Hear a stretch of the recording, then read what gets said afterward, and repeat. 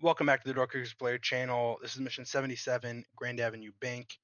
Now, this is a tough one. This took me the first attempt, 44 minutes, and the second attempt was 35 minutes, including the replay. So we'll give it, 34 or whatever. This is definitely a tough one. Let's go ahead and scroll. Yeah, you can see here the map real quick. And you can see here I'm adjusting the weapons used. I'm going from a Panzer, which is what I was using in previous missions, and I'm going for the ACR silenced. Now, personally, right now I prefer the Panda Strike, I believe it's called. I'm not entirely sure about that, but either way, that the ACR silence is a very good weapon. You can kind of see my whole kit here. I'm rocking with 4 flashbangs, a spy camera because it's the lightest, armor, and well, the Raider vest armor, TLE SWAT silenced pistol, and I would definitely say that this is a great setup for a kit. You can see here on the bottom right that the mobility is kind of like capped right there.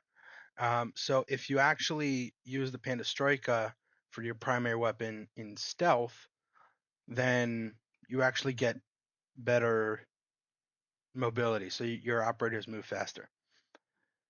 So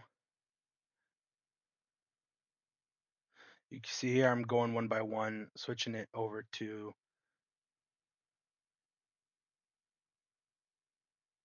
the ACR, or am I going back to the Panzer?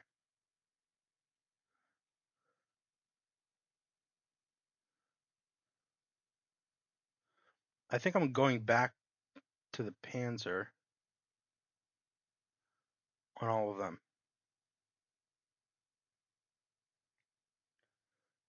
Panzer. Okay, never mind. So I'm switching from the ACR to the Panzer. Panzer is a very powerful weapon, um, especially for like long distance and window and like breaching doors. Now, so because I have, what is it, 8 operators here, I can choose where I put them. So I decided to move them from here to here. I don't believe that that's what I did in the end, but you can kind of just see how the game works here. Yeah, and you can also see there's a sniper based on that. Now, one thing I will say, do not shoot this guy with a sniper or this guy, because if you shoot this guy with a sniper, other tangos, other bad guys come in and try to shoot the hostage. And if you shoot this guy with the sniper, this guy will be shooting the hostage. So I don't recommend using the sniper actually at all. I don't recommend using the sniper at all in this mission. It's just easier to use the operators. And so what I did in a recent attempt of this mission was I had all 8 operators line up here, move in here, and you can do this by picking the lock, or sorry, just by opening the door. There's no lock on this door right here. So I had the operators move in here and then throw some flashbangs, move in, and kind of just clear the whole building. So these guys went around. If you use the Panastrika, you'll have more than enough time to clear the building. So my guys just kind of went room by room, area by area, and this room might have a few extra operators depending on how you're moving, but yeah, so just make sure to throw a flashbang in there. Um, Additionally, this door I don't think opens. I don't think this vault opens, so don't worry too much about that.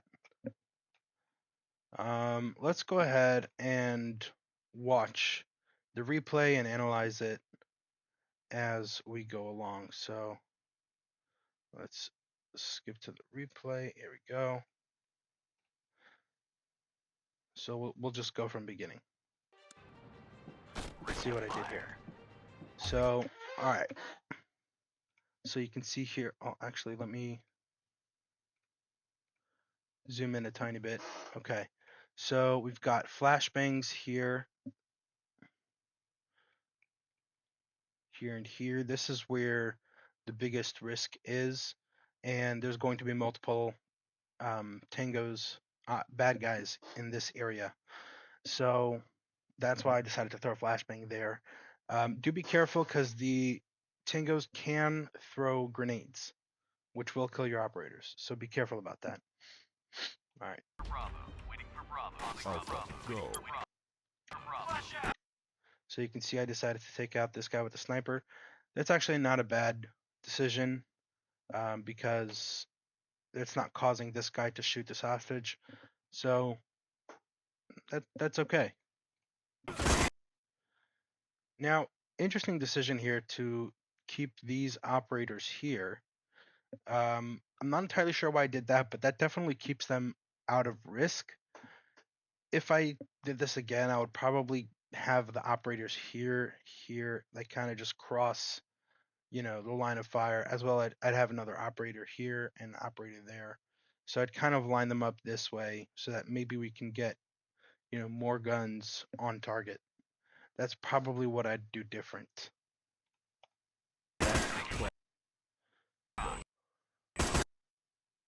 So we've got the operators starting to move in. And as we get more operators in, we can see more of what's going on.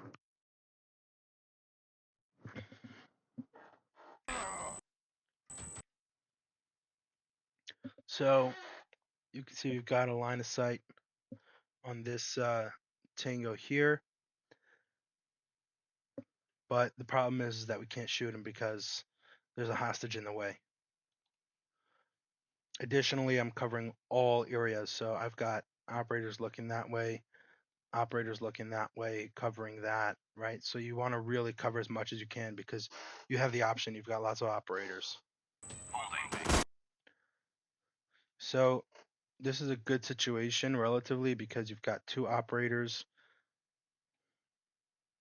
on two guns on target. So that's a pretty good tactic right there.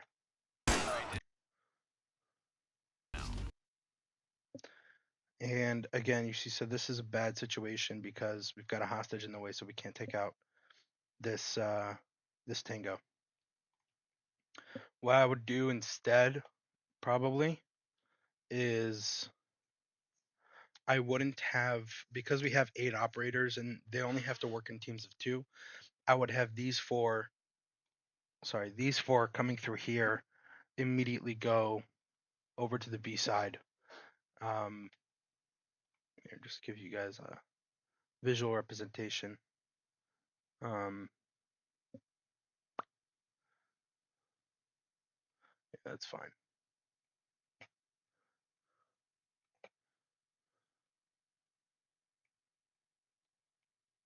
Right, so those are the sides: Alpha, Bravo, Charlie, and Delta. So what I would do instead is I'd have 4 operators go over to the Bravo side and not go this way because this way you run into problems. Whereas if you have these 4 operators go over to the Delta side, then this is being dealt with properly and almost immediately. And that way you can have like 2 operators go straight down, 2 operators go that way, right? And deal with those things. Or you could just have 2 operators go this way, which is also fine, but it's better than having operators move that way because this is where you run into problems, right? When they're on that line. But if they're on this line and then they see this tango, he's in the line of sight, no crossfire, no hostages in the line of fire, so it's just a better situation.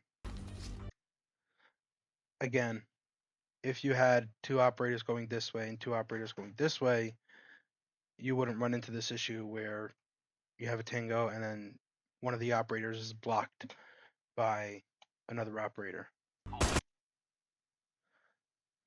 Another thing is you can ignore, you don't have to clear rooms. I prefer to clear rooms so that way we don't have tangos coming in from behind. And generally it's a good tactic to clear rooms, but you don't have to. Another mistake here is that none of these operators are clearing that way, and you can see here that there's a shadow area right here. So there could be a tango here that could have fired on these operators. But yeah, you don't have to clear rooms, but I do recommend it. Another thing is you can see here I had to stop this operator so that this operator could get a line of sight and put a gun on target. So having more operators closer together, walking in a formation that allows for range of fire is the best option. And you can see here, right? So watch as these operators come down here. Boom, right? Look at where they are. And that's a bad situation because if they turn, which they do, if they turn that way, then they'll be lined up as such.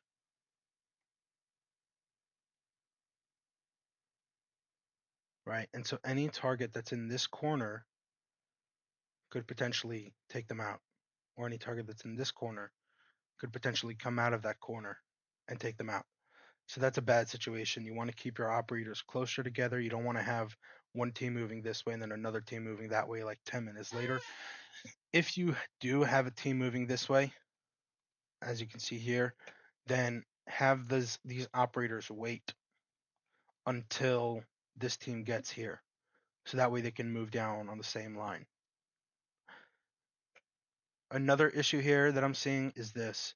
So you can see here that they're one right in front of each other and then they're opening the door from right in front of the door. That's bad. You need if you're going to clear a room, which you don't have to, but if you are, you want the first operators that get to the room to clear it and open the door from the side, not from the what's it called? This is called the fiddle funnel, right? This area. Let me use a square, right? So this area right here is I believe that's what's called the fatal funnel, right? You don't want to be opening the door from inside the fatal funnel, right? So the fact like that they're opening first of all one in front of each other, right? One in front of another, so they're not in a cross pattern or whatever. And then they're also opening the door from the fatal funnel and not from the side. That's that's just bad tactics. Anybody that studies CQB will tell you that, right? So that's bad, and also the fact that they're the second team to pass that door, not the first team, that's also bad. So you don't want that happening. All right, let's see here. Thankfully, there was no tangos in this room. Otherwise, we'd have operators down.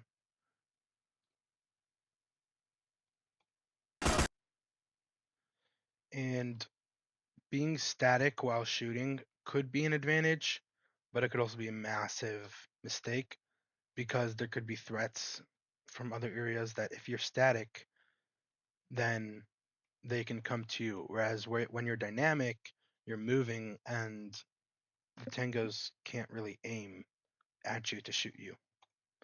Or it's harder for them to aim to shoot you. Again, standing here is not a good idea. You want to move your operators.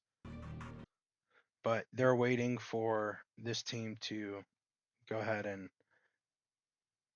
take over their angles. And here on the top, that's good tactics. This is the first team to reach that door, so they're clearing that. However, now there's no one watching there. So what I would do instead is I'd have one operator open the door from the side, another operator watch that way, and then once the door's open, the first operator goes around like so, and then the second operator goes through. That's what I would do instead. Now let me see here. What are the terms for that in actual CQB? So let's see here.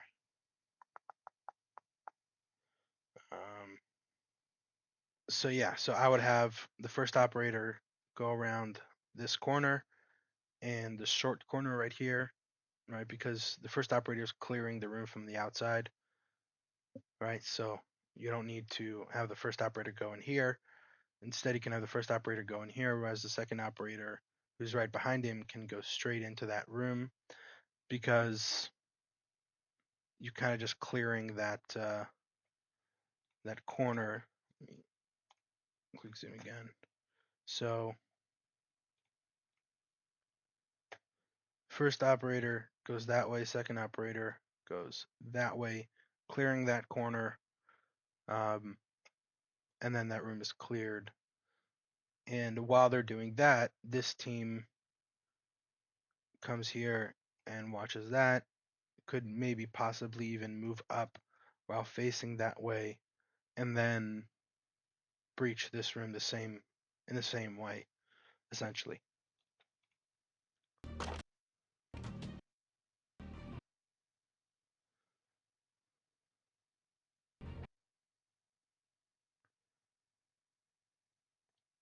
Effectively, what we're doing here is what should have been done here. Let's actually scroll back a bit. So you can see here on the bottom here on the delta side, right? See that? That's no good. Have one of them step to the side, get them on the same line, and then when they get here, one goes this way, one goes that way, just clear that corner, and then move on to here and here.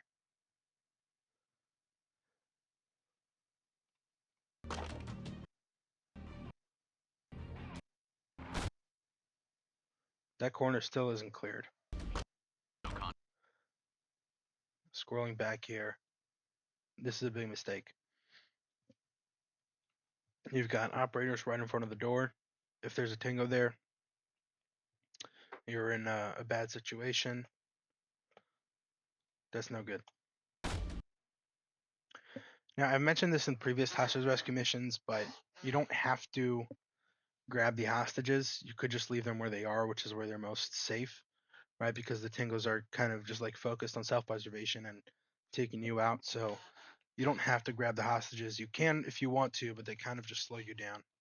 And you're bringing them, if you're not, like I mentioned in earlier videos, if you're not taking them directly to the rescue zone, don't take them, because if you take them this way, you're putting them at risk. If you take them towards the tangos, you're putting the hostages at risk, which is just bad. No contact. Come with.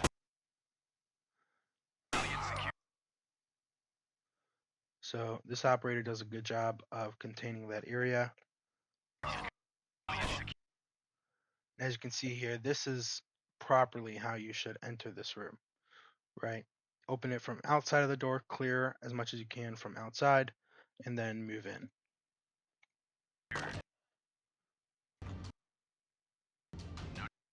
Tango.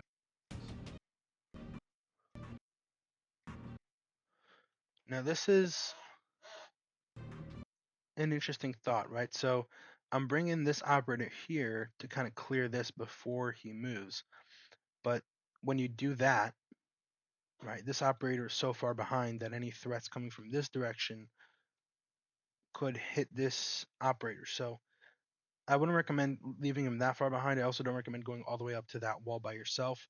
What I would do is I'd have both operators move here, and then this one lead a little bit and go that way while checking. And then this operator right behind him, moving that way, keeping an eye on everything in front of them and that way, right towards the Bravo side.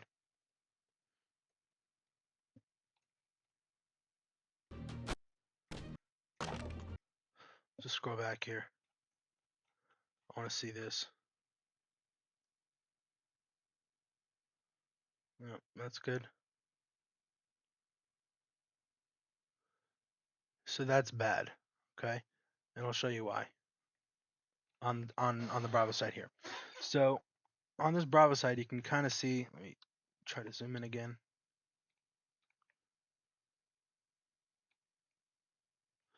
So you can see here that this operator is going to go that way, but he's a little bit in front of this operator, which is going to go this way and help him clear this corner, right?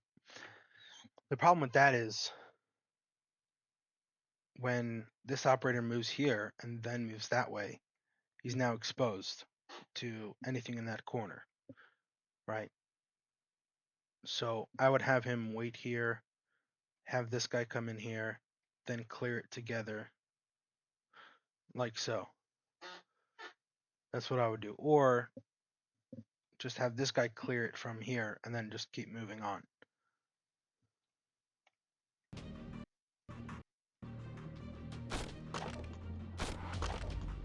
Holding. Moving. Let's see how they cleared this area. So on the Bravo side again, you can see the mistake here was opening the door when there are operators in front of the door and no one's clearing that, right? The first team that's there should clear it, right? So if this team hits it first, clear this room first, then have these two guys clear that, right?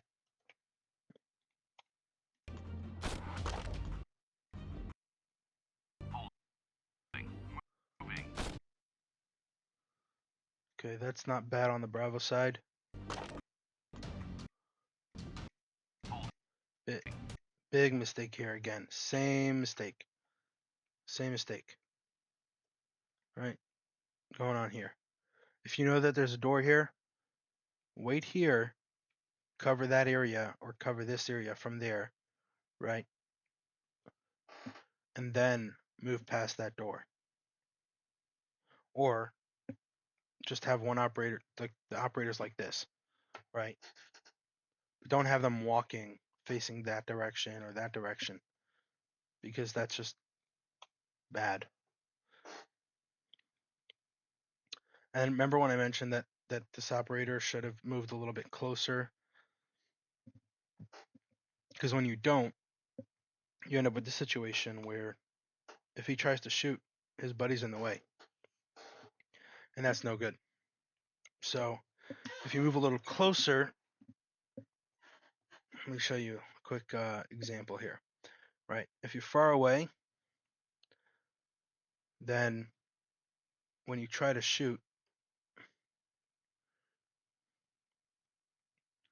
like so,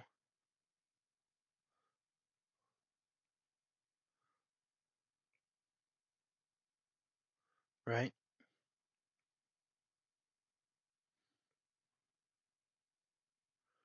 Your buddy could be in the way, right? So it's better to move closer together in this hypothetical scenario, right? So that if you do have to shoot, even like very, very close to each other, you're not in the way of each other, right? Or it's a lot easier to get out of the way. Moving. That's also really bad here on the Delta side. They're opening this door while these guys are right in front of it, right? So you don't want to be doing that. You want this guys to wait here and focus on that corner while they open this door. Once this door is open, you can move past it.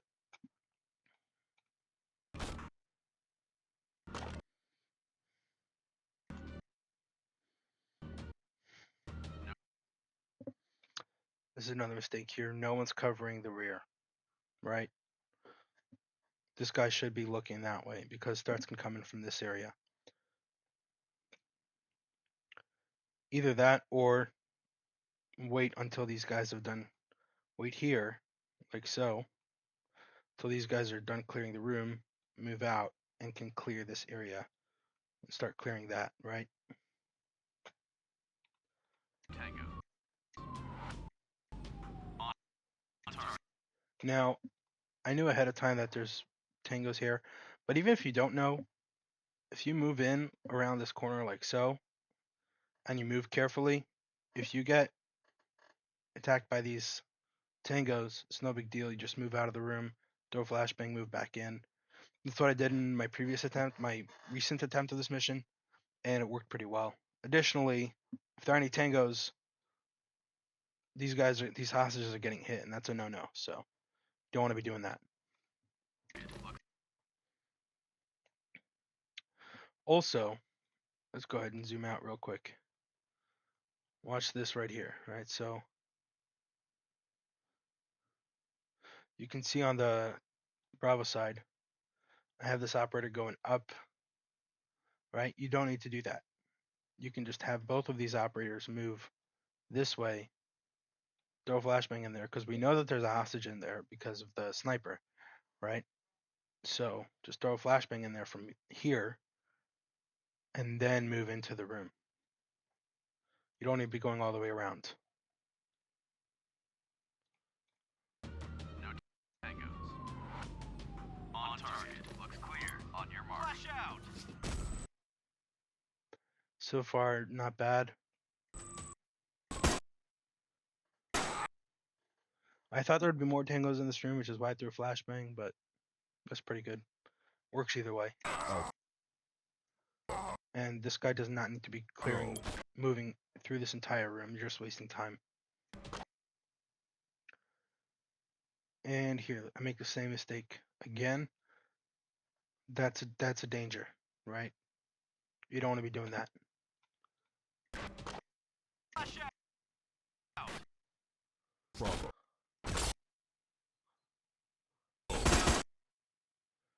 All right, so you can see here, I enter these rooms. I'm entering here, that's good. Clearing that, that's good. Good job. We're done here. No contact. So, yeah, I would say lots of mistakes were made, but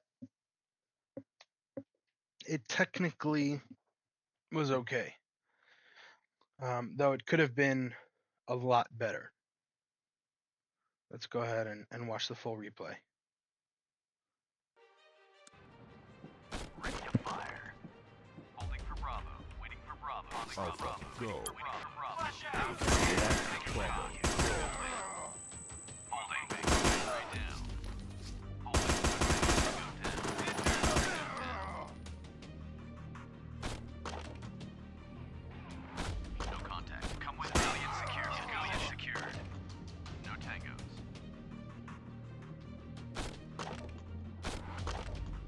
Holding. Moving. Holding. Moving. No tangos. Like I mentioned earlier, Looks clear. the On your mark. Flash out. the heavy machine guns make your operators move slower. Flash out. Bravo. Go.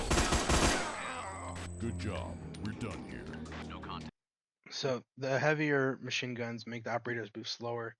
And so if you want to accomplish this mission faster, use the Panastroika. Because it's a great weapon.